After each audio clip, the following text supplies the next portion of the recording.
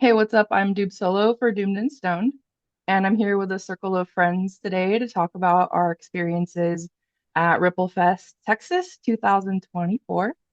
We're meeting here from many different perspectives, and I think it's going to be great and interesting to get all of those on this video today.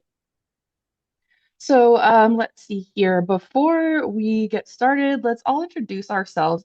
And because Big Steve is joining us from telephone, you cannot see him. Let's start with you, Big Steve. Guys, Big Steve. I'm the bass player of Blue Heron. Happy to be on this podcast with y'all. Awesome. How many times have you been to Ripplefest, Steve? I've actually attended every single one of the Texas Ripple Fest. Played it twice and been an attendee twice. Awesome. And which days were you there this year? I was there for every day this year, starting Thursday all the way through Sunday. And you came both to play the festival with Blue Heron and to enjoy it yourself, right? Definitely, yeah. We like to come in and just hang out with all the bands. We've shared the stage normally with a band that is playing every day, and so we just kind of blocked it out for our vacation and just was like, hey, we toured in and got there and just hung out the entire time. Awesome. Glad to have you here. Go ahead, Ian. Hi, Ian Thompson. Not a musician, just a big fan of the scene. From Scotland, currently living in London, and this is my first Ripple event. First of many, I hope. Awesome. Jamie. Hello, yeah, Jamie Brannan. Yeah, again, not a musician, just a big fan of the scene. I actually work in the games industry. And yeah, from Scotland as well, just like Ian. And we actually traveled there together from London. And yeah, we were there for the whole fest. We actually showed up on the Wednesday, but just basically got too wasted to do anything on the Wednesday. So There was a plan to try and go to the pre party, but we didn't have our own transport, so it didn't work out until we got drunk instead, and yeah, that was that. Awesome. And I do go by Doob Solo for my Doomed and Stone content, but I met all these fellas, giving them the name Deb, which is how I'm known in the real world. So I'll be going by Deb in this video. It was my first visit to Ripplefest, and I went for a couple different reasons, both to get a little bit of coverage of the festival and also to experience it for myself and have a good time. I was there for some portion of the festival, all 4 days. Um, so yeah, I came over from Phoenix Metro, Arizona. So if you can think back to the moment that you first arrived, um, whether it was at Sagebrush or Far Out, does anybody want to kick us off with their impressions of the venue? I can start. Being the not Ripple Fest 4 years ago was held at a completely different location. It was actually closer to San Antonio. Um, Compared to that location, the far out is so much better. Ripple Fest has just gotten better and better every year. I really love the sagebrush. I think that was a great additive. The first time 3 years ago that we did Ripple, everything was done at the Far Out Lounge, the pre-party and the post-party.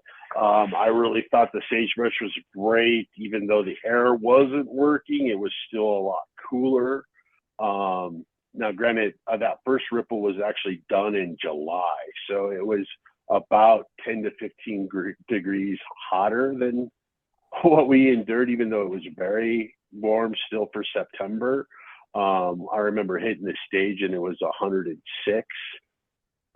in that July. So I think Ryan's definitely trying to get it in a cooler period of time. It's just this thing that we might call global warming, or depending on everybody's views. It's just been a lot warmer still in September.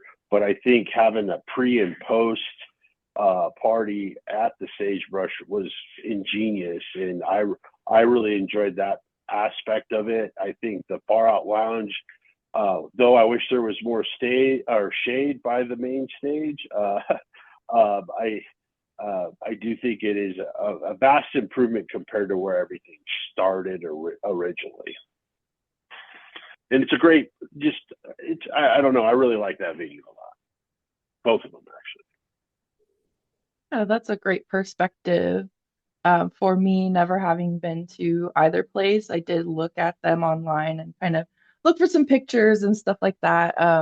So I tried to have like some loose expectations, but I was like, oh, Sagebrush looks pretty cool. It looks like, my kind of place. And it's true. I went there and like, oh yeah, this is the kind of place I would hang out if I was at home. So I appreciated that about it.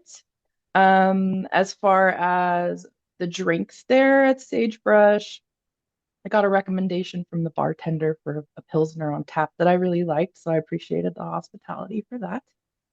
And the sound at the Sagebrush was really good too. I didn't need earplugs, and that's kind of rare for me, so I appreciate that as well. For me, for Far Out Lounge and Stage, that was a lot for me, sensory wise. Like it was really big and overwhelming and like a wonderland. So that was really nice to walk in and just see this like epic space for like-minded people and awesome music. And I think that having all of the bands back to back like that probably helped with the food and drink lines, to be honest, because most of the time people will queue up in between bands to get their merch or get whatever. And I feel that having a lack of break sort of helped the flow of things. So I didn't have to wait in line or in queue, as you guys would say over there, for anything. So I appreciated that. I had some pizza at the Far Out Lounge and Stage. I have some really weird allergies, so I was glad that the pizza truck there accommodated those. It was really good. So I like that. Jamie or Ian, did you want to mention anything about either venue? Um, yeah. So like I actually really enjoyed both venues. When I got to Sagebrush, admittedly the first night, only drank water and ate some food because again we went a little bit too hard in the sun and I got heat stroke. So I just sat up the back most of the first night, but I had a perfect view of the stage. The sound carried so well, and I was right in front of the fan. And the fact that like you guys have like these big massive, well, I've never really seen it at venues at our places, like the water buckets. Like generally, if you want to get water, you have to go to a bar or you have to go up the front and you have to like fight your way through it. Whereas like at Sagebrush and Far Out, like they just had it conveniently there, constantly pumped full of water, and it was nice and cool. It was so awesome. And yeah, the food that I had was like a quesadilla, which was pretty tasty. Um, but the second time at the post party Sage, I had the smash burger, and it was absolutely incredible. Like I couldn't believe it. It was that good. I ended up having two. Just went back. But in terms of drinks and stuff, we kind of yeah, what me and Ian tend to do is we kind of work our way through the list. I don't know if that's like a UK thing or something like that, but generally when you go to like a venue or a bar, again, venues over here, they don't really offer that much in terms of alcohol differences. It's just lager, maybe an IPA, vodka. Whereas there were so many different things on tap, we just kept going up and being like, what do you recommend? And then they'd give us something new. And so we went through a bunch of Pilsners and IPAs and hazies. So yeah, we had a pretty good time, food and drink wise, I think. And yeah, the venues were awesome. I was actually surprised that they were full but they weren't packed, if you know what I mean. They weren't like, it wasn't like crazy. And like you said, like with the way that the bands were coming on and off, you didn't ever really have to wait in much of a line for anything, which was appreciated. And it's the first festival I've ever been to where like there was no overlap at all, but like there was something always going on as well. And but you didn't feel like you were going to miss anything because wherever you were, you could hear and see the music. And I think that was really awesome as well. Thought they were great venues, great locations. Yeah. Another thought I just had as well when you were talking about water, there were dogs. I was so happy to see dogs at Far Out. So that was a treat for me. Any last thoughts on locations? Location was I really would have planned second on for. them smash burgers. Those smash burgers at the were unbelievable, man. Oh my Oh yeah. gosh. Yeah, they were. Ian? Yeah, location was great. We were in the Ramada, the Wyndham, and it was well, it would have been a short taxi drive, but we managed to car hop, so that really helped us out. But the fact that it wasn't like in town, it wasn't too far away. It was just yeah, it was sort of isolated, both the Sagebrush and Far Out Lounge. Kind of felt like you had the whole place to yourself. And just echoing what everyone else has said already, never too busy. Um, Not much of a gap in between the bands, but then you didn't really need it because if you wanted a beer, you were never waiting. If you wanted food, everything sort of fell in place. Same with getting merch, getting to your own little spot. It all just sort of came together really nicely. So, yeah, no, absolutely perfect venues, I think. I prompted you guys for your top three bands, but why don't we go ahead and just talk about your favorite performances or any cool experiences that you had during a band set? Who would like to start us off? I can go first. My top three bands that I came to see were Domcraft, Dozer, and Hastronaut. And I came to see those bands for so Domcraft. I really love them. I enjoy their extremely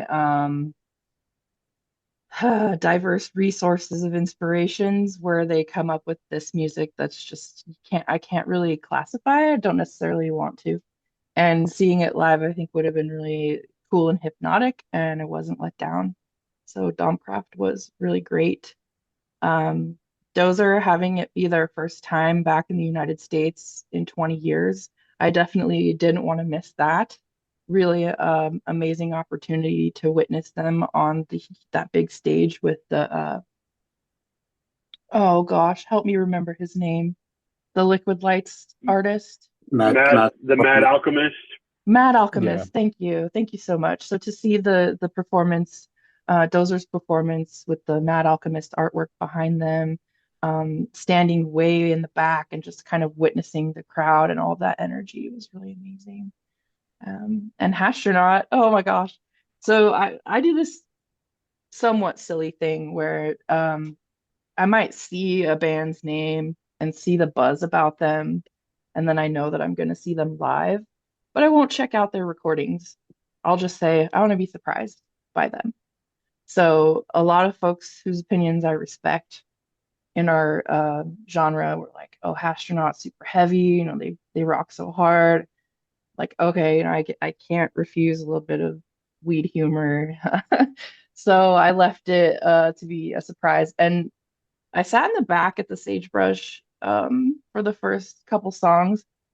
And I was like, oh my God, this is exactly what I needed. So I got up and I'm so sorry Rob is not here. I did invite Rob from Hastronaut to be here. But I got up to the front. I stood in front of his monitor and just swung my ponytail for the rest of their set, which did get caught on video, by the way. If you want to look for it, it's out there somewhere. So that was extremely fun for me. Those were my top experiences with the music. Who would I like tell to go you next? what, I mean, Oh yeah, Steve. I'm Sorry. big Steve here. I'll tell you what, the singer Blue Heron would be ecstatic to hear this because all three of those bands are blues funeral bands. The singer of Blue Heron is Blues Funeral. I agree Jad. with Astronaut. To be honest with you, that's how they ended up on Blues Funeral is when we were playing with them in Denver. Actually, it was Colorado Springs. They couldn't do the Denver show with us, but they came and played with us at Colorado Springs. They were recommended to us from another fellow that plays in a band here in Albuquerque. That's a big time gearhead. Shoot, he was in this band called Heave.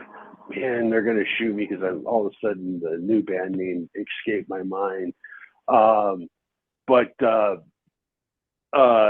basically, the guys from Astronaut are huge gearheads, huge gearheads, and this gentleman here is a huge gearhead, and they had traded equipment, and so that's how they were recommended. And again, the Astronaut guys they were one of my favorite acts, and I'm right with you. Kind of, Kal-El blew me away. We played with them at the pre party down in San Antonio. Actually, their bass player was using my rig the entire shows. I was really happy to see them play all 3 nights or have 3 shows. They blew me away. They were definitely one of my favorites.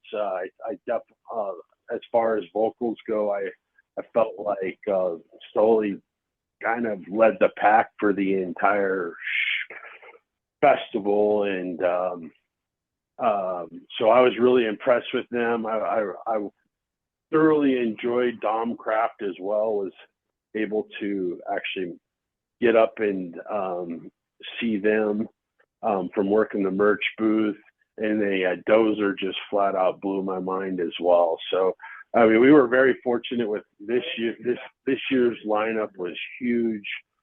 So many great acts, and that's what's nice with not only being a musician is being a fanboy at the same time, and getting up there and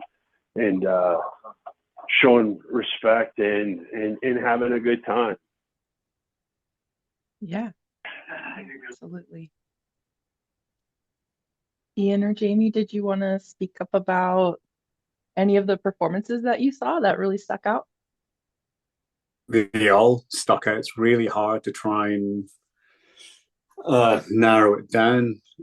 For me, I'm going to say Blue Heron, and not because that you're there, Big Steve, but since getting into High Desert Queen, so since listening to the Split, immediately became a fan, and we got the early bird tickets. So we got the tickets before like Dozer and Truck Fairs were even announced. So if anything, it was just all these other bands, and a lot of these bands who don't really get the chance to come over to Europe or to the UK. It's a bit of a drawing point. So for me, Blue Heron was, sublime. I had fun watching the drummer. So I don't know his name, but I know he plays for, is it Violet Rising as well? Mm-hmm. Just watching him having so Yes, sir. fun. I was sort of drawn into just watching the performance. I couldn't believe it. I got to say, Shadow of Jupiter as well, because you've had a bit of a rapport with these guys over the last year. So to finally see them play, and they're one of these bands who, they come across on they're like Doom charts or the guest list, and you think we'll never get the chance to see them, but then lo and behold, we fly out there, and it just happens to be that they were playing. So it's one of those really sort of sweet moments of getting to see a band that you just never think you're ever going to see. And same with 20 Watt Tombstone. For me, again, they were a band that I heard one track and I thought, who the hell are these guys? You start delving in. Suddenly they're announced. I've already got the ticket. They were announced, and it just it was just amazing. Just watching those guys, the fact that they're just a two piece to make that noise, to make that unique sound, just the two of them, just incredible, man. It's really stunning stuff. But again, that's a difficult way of trying to narrow it down because everyone just killed. Um, Jamie and I we're quite fortunate in a way because in Europe we get to see, or we've got a better chance of seeing, like your Scando, your Finnish bands, and we saw Truck Fighters relatively recently. Saw Dozer in Berlin last year. Saw Domcraft and Desert Fest London earlier this year. So it's great to see those, the bigger bands. But for me, it's seeing the sort of, I don't want to say underdogs, but the ones who maybe just don't get the same sort of credit. For me, Mhm. that was, it's all about seeing the other guys. Awesome. Phenomenon. Yes. Perfect. Jamie, anything to add?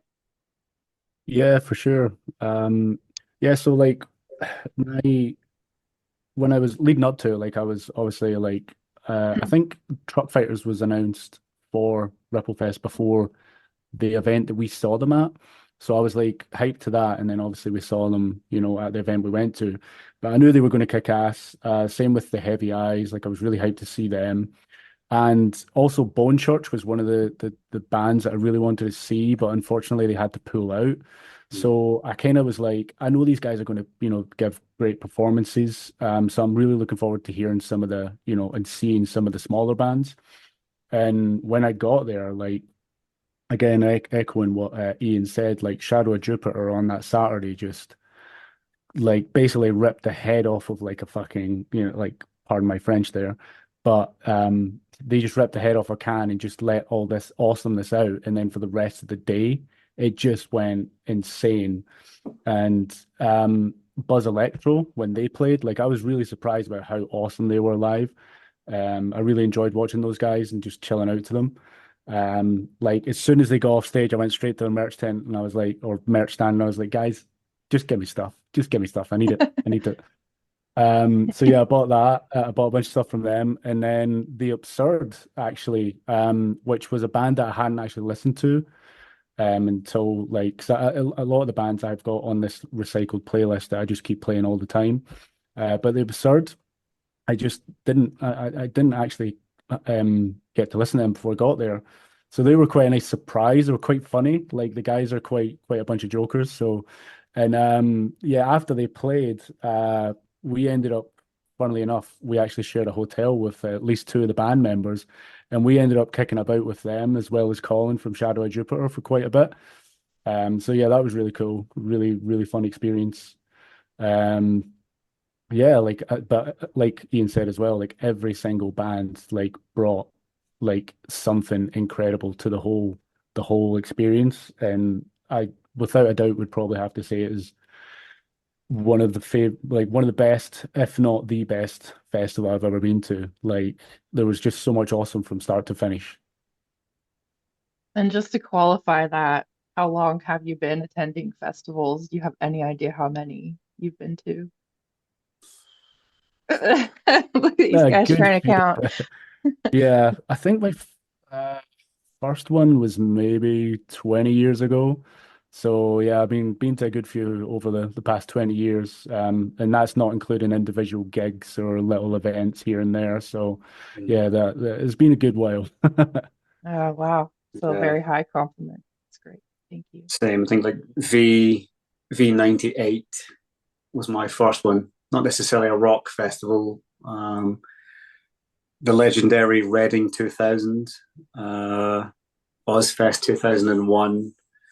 Then like here in the UK, we've got like Download and stuff like that, which is pretty good. But there's a reason why recently, like Jamie and myself, we've been going further afield because it's a different atmosphere.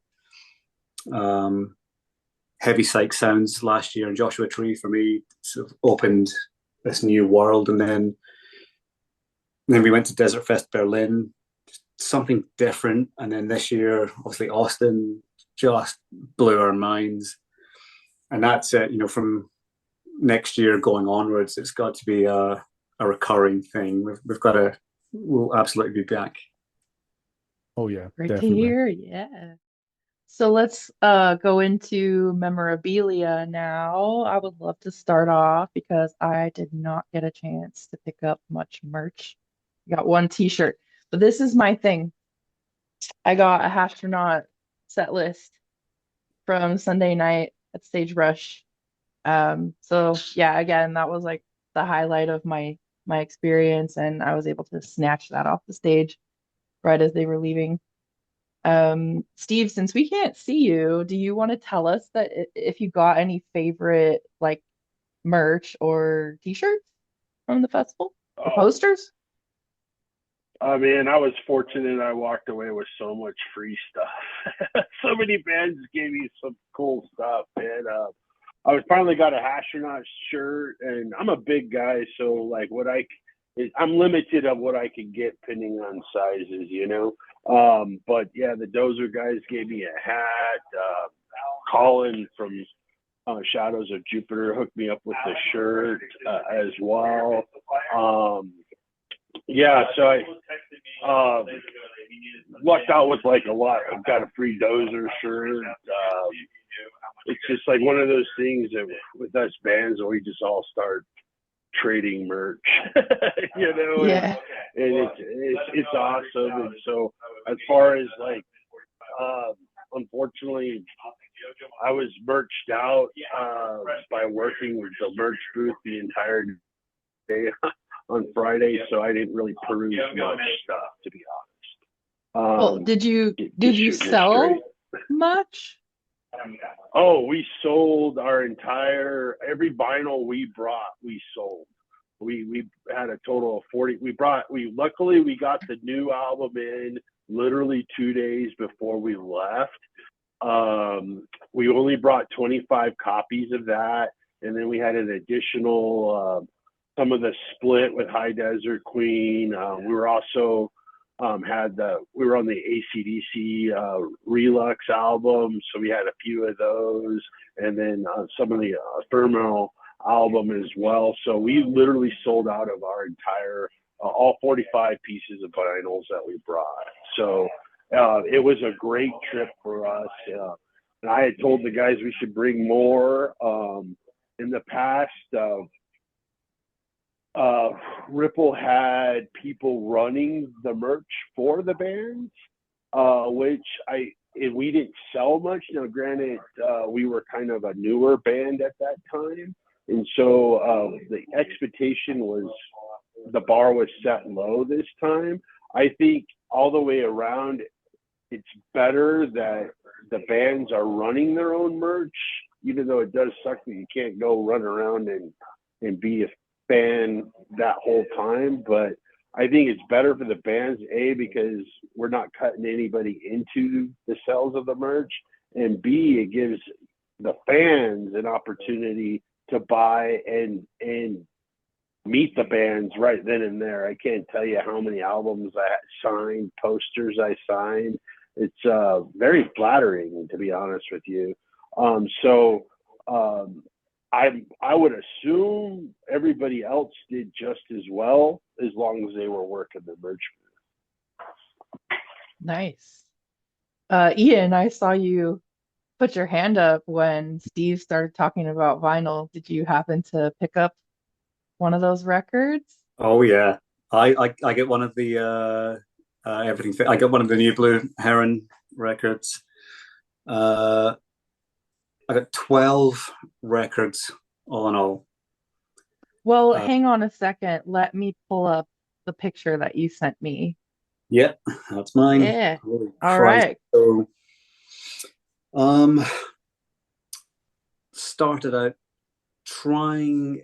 I thought I'd try and get at least one thing for every band, like just a patch, a sticker, and it kind of started off, pretty well. But then, as the beers kick in, the chat goes on, and again, there's not much reprieve between the bands.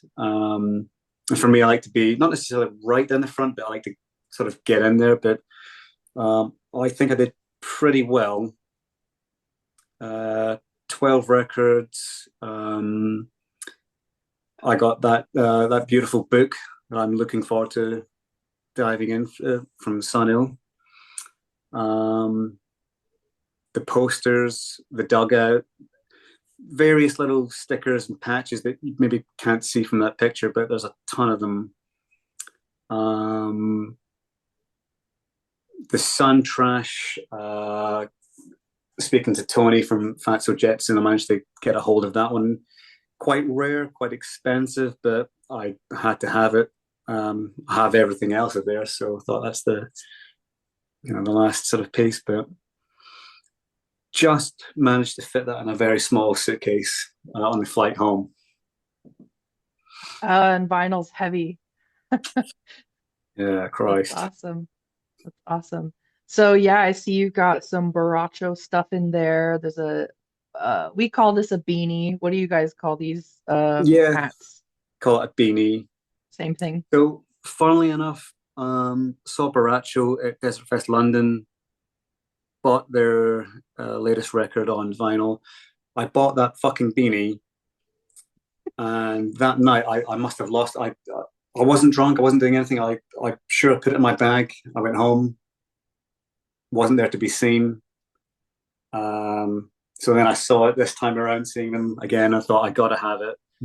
I probably looked like a mentalist buying a beanie in tech in September, but trust me, back here in the UK, it's an absolute essential right now because it's freezing. Jamie, are you ready to do a little show and Yeah, tell? All right. hell Let yeah. me let me pull that up real quick. Yeah. So as you can see from the picture, like instead of vinyls, it's t-shirts for me. Like actually all the t-shirts that I got aren't in this picture because I got about 14 of them. But yeah, like I got a whole bunch of t-shirts from a whole different bunch of bands.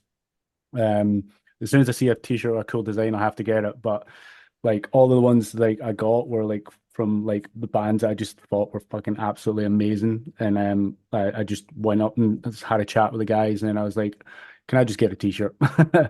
So I got a t-shirt from quite a few bands. Also got a nice little freebie one from the guys of Shadow Jupiter, who I also managed to snag.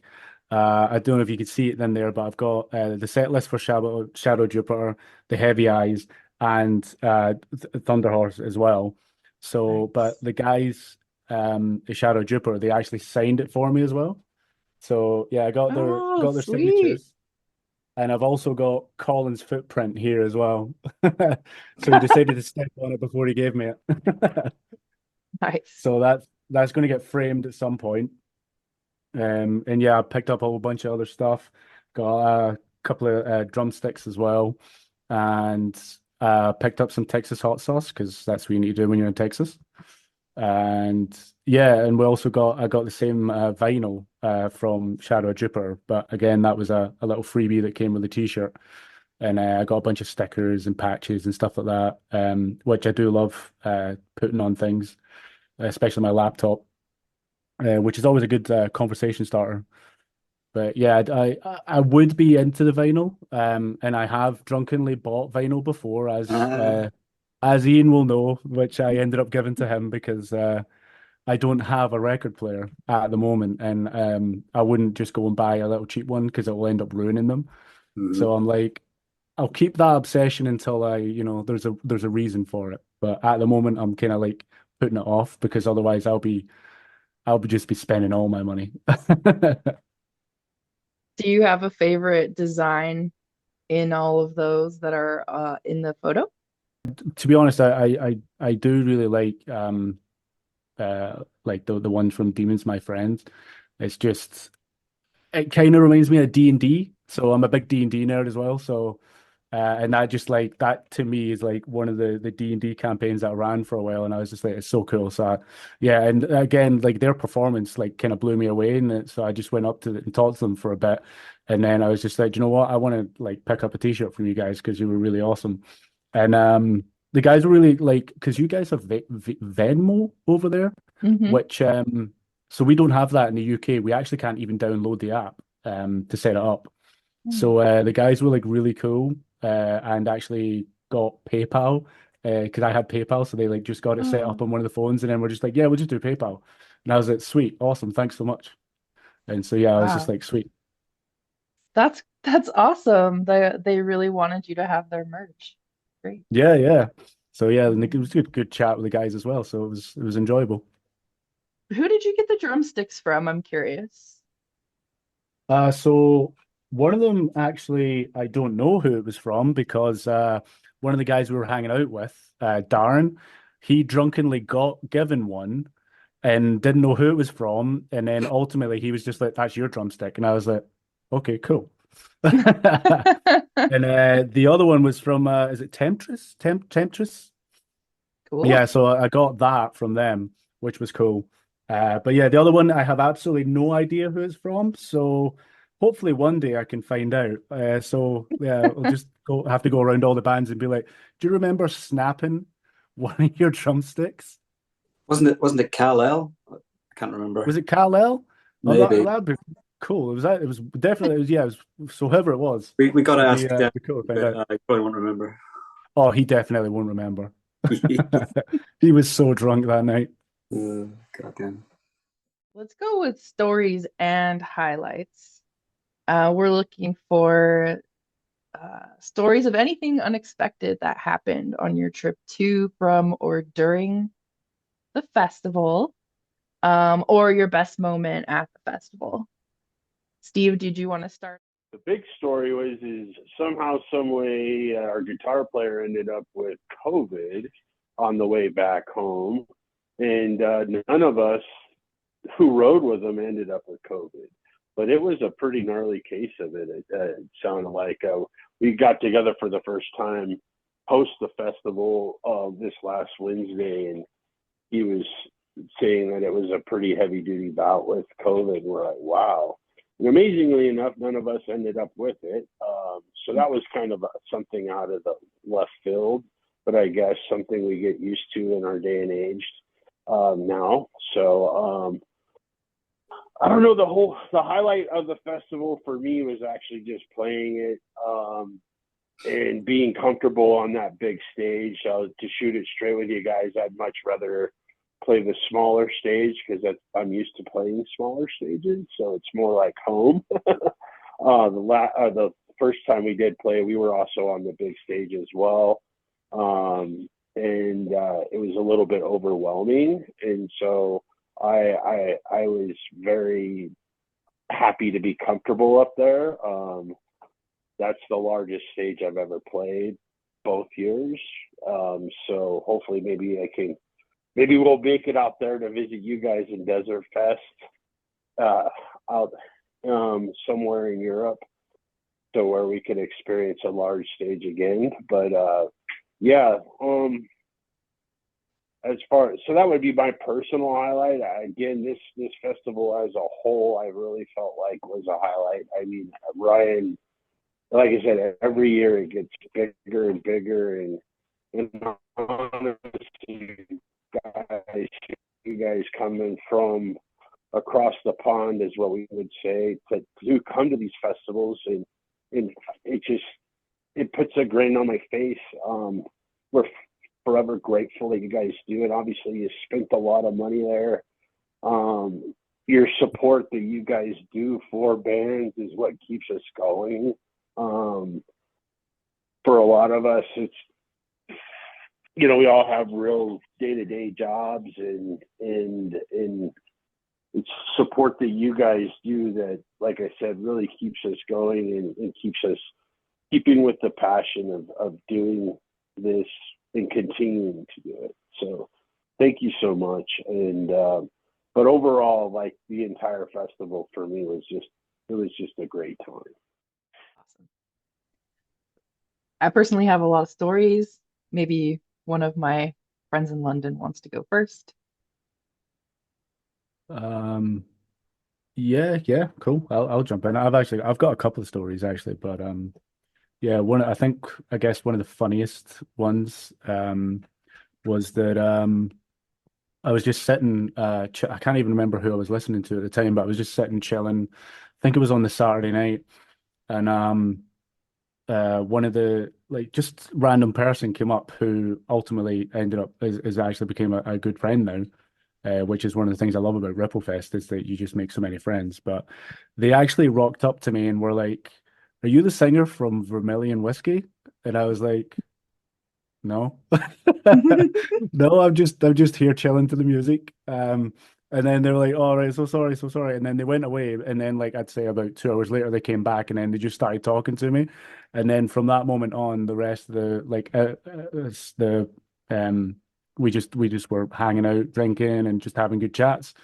So yeah, like they became a good friend, and I thought that was quite a um funny instance, and it also kind of like set the stage for I think about 7 other people asking what band I was in and when was I playing and what I was doing, and I was like, I'm just here enjoying myself, man. It's cool.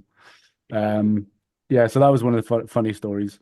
Um, I guess another kind of unexpected thing that happened was that because we booked our accommodation and our flight and all that so early, and then we ultimately ended up in this group of like the unofficial Ripplefest meetup where everyone was like, kind of organizing things. And quite a few people, including bands, were like, we haven't booked our accommodation yet. It's getting really close. What the hell's going on? So we ended up just saying, oh, we're staying here. It's really cheap and it's really close to everywhere.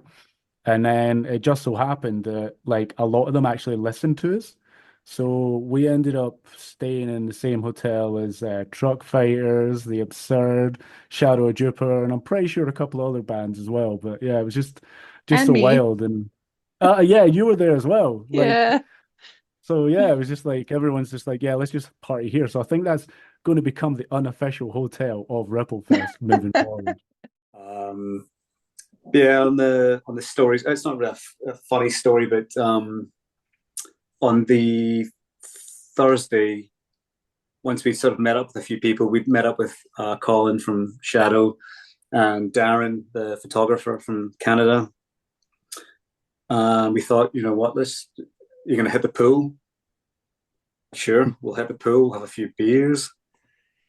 A few beers turned into quite a few beers, and we must have been in there for, I don't know, 3 hours, something like that. I got burnt to all hell. So even now my back is still it's okay, but it was red hot for like the whole festival. So when people come up and go, "Hey man, how you doing?" You just want to die. But yeah, we were in there for a good few hours, just having a few beers, playing some music, and then once we started to disperse, a couple got in the pool. They sort of recognised our accents and were like, "Are you from England?" Like, no, Scotland, mate.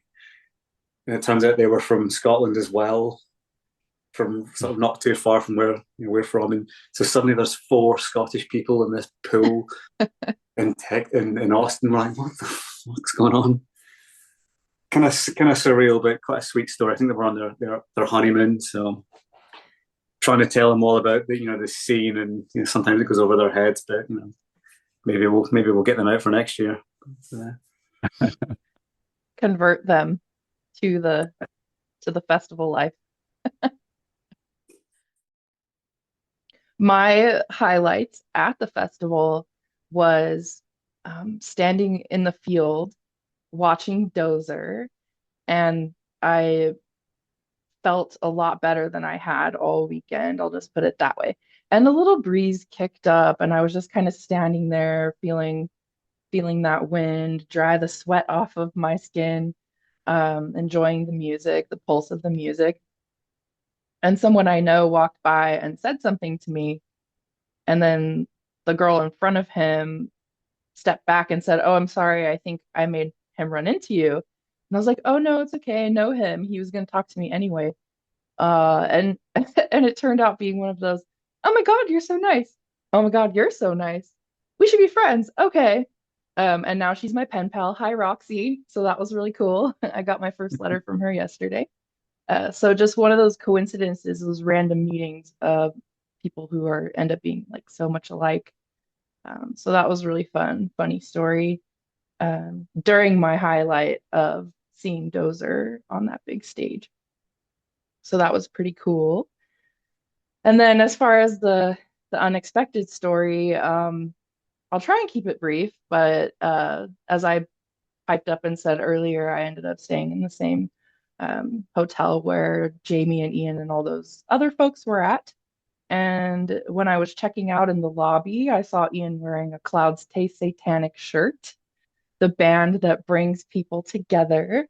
It's a shirt that I own that was sold while they were on tour over in Europe, and I got my hands on one when they came back home. So I had to say something, hey, nice shirt. I have that one too. Where'd you see them? And of course, being the kind, friendly, interesting guys that they are, we started having a little chit chat. But I was definitely ready to go home. I didn't want to leave and end our interaction, but I was ready to go home. So I left with plenty of time to get to the airport, have some food, um, got on my plane, blah blah blah. So we hit cruising altitude, and just as the flight attendant gets on to let us know that this fasten seatbelt sign is about to turn off, I'm sitting way in the front, just behind the cockpit in the first row of seats. So for me, it was just kind of a thunk thunk and sort of like grinding sound, but it wasn't turbulence. And then the flight attendant like stopped talking. And then it turned out that there was something going on. So our left engine blew, and it wasn't exactly an emergency situation. They've done this kind of stuff before, but it's quite unexpected. So it turns out that two guys from my hometown were on that plane. And I ended up talking to both of them later about their experience. It was really interesting to hear how all three of us handled it sort of differently. But I sat there and thought to myself, you know, if this is how I die, let me think about that for a second. Have I lived my life to the way that I wanted to? Do I have any regrets? And I was good, man. I was like, oh, I'm peaceful. My mind was blank. And I just kind of sat there and was like, I'm not going to look out the window. I don't want to see the horizon doing this, just sat there and thought about my cat. Um, we ended up landing back at Austin. All of us got off the plane safely. Like, damn, I need some fucking water. I didn't get my in-flight refreshments. So I pop into the airport gift shop, and who do I see except these two guys? Hello, so pleasant to see them. Like, wow, even though I had just met them, to see familiar faces after such a harrowing experience was really a comfort. And then they invited me for a beer. So we got to sit down and talk. We talked with our friend from Suncrow, Ben from Suncrow, uh, um, Skylar, the guy who was on the plane with me, came over and said hi. And then last week at the Hippie Death Cult show, I met Sean, who was the other guy who almost died with us. So I kind of had this like peaceful feeling. Those two guys' experiences were very different from each other as well. What a last weekend on the planet that would have been. So not a bad way to go, I guess. No regrets. So if it wasn't for that, minor mechanical failure, we wouldn't all be sitting here right now. So very, Exactly. very happy for that. Yeah. Does anybody have anything more they want to add before we wrap up? Either about your experience, any message that you want to give to Ryan, who put the festival together, anyone else that you met there? Um, yeah, well, I guess it kind of ties into the like thank you, Ryan, for putting on this really awesome festival because yeah, I guess the absolute highlight of it all, other than seeing all these awesome bands, was just meeting all these awesome people who are just like-minded, who love the scene, and like one thing that absolutely blows me away about it as well is that like it's you know how like a lot of festivals and stuff you go to, it's like there's a clear separation between band and fan, whereas even Big Steve mentioned it earlier, like the bands are the fans as well. So it's like you could rock up and talk to anyone at this festival, whether they're in a band or not. And it's like, if you know, you know, but if you don't, they're still going to shoot the breeze with you and have a beer or two. And, you know, it's just so awesome. Like the way it just brings people together. And it really, really did feel like coming home to a family event and like one of those big extended family events where like maybe you've not seen someone for a few years, and then you just pick up where you left off. So even though it was my first year, it literally felt like I'd been going for years and I'd known these people instead of a few minutes or hours or days, it felt like I'd known them for years. And yeah, so thanks Ryan for doing this because it was fucking awesome. Thank you, Jamie. Yeah, absolutely. So last year at Heavy Six Sounds, I met a whole bunch of people, like John Guest. Um, to see lots of familiar faces already this year, it was like, oh my God, it's really nice to see these people. And then um, was it on the Saturday night? We go back to our little sort of camp near the sort of small stage. We're hanging out with Jason from Sasquatch. And obviously they're not playing, but he's here, he's attending, just chatting away, saying, "Oh, hey, I was at both Sasquatch gigs in London. Nice to see you." It's just a small, close knit community, and then like something something you don't really necessarily hear much, certainly over here, but the whole family thing, and it really is true. And as Jamie says, um, the band's all completely killed. But the true highlight was just meeting people at this event. So many cool people. Uh, Nobody's too big, too small. No one's got an ego. Everyone's just on the level. Um, and yeah, long may that continue. Just a little bit with Ryan. Met the guy. Met the guy in Bournemouth playing in a small bar one night. And then Jim and I met him in Berlin, and then to sort of bump into him and just shoot the shit, say hi. The effort that went into the fest, when you can see him, he's not only is he playing in one of the bands, but he's doing the camera, he's running the merch store, he's just running everything, he's just grafting. Yeah, incredible effort from him and the team. Yeah, and you don't really see that often, so just incredible to see, and love to see that again, maybe next year. For sure. Steve? Yeah, Ryan's amazing, man. He's a really, really, really good guy. He's genuine, you know. He's definitely not doing this for the money, you know.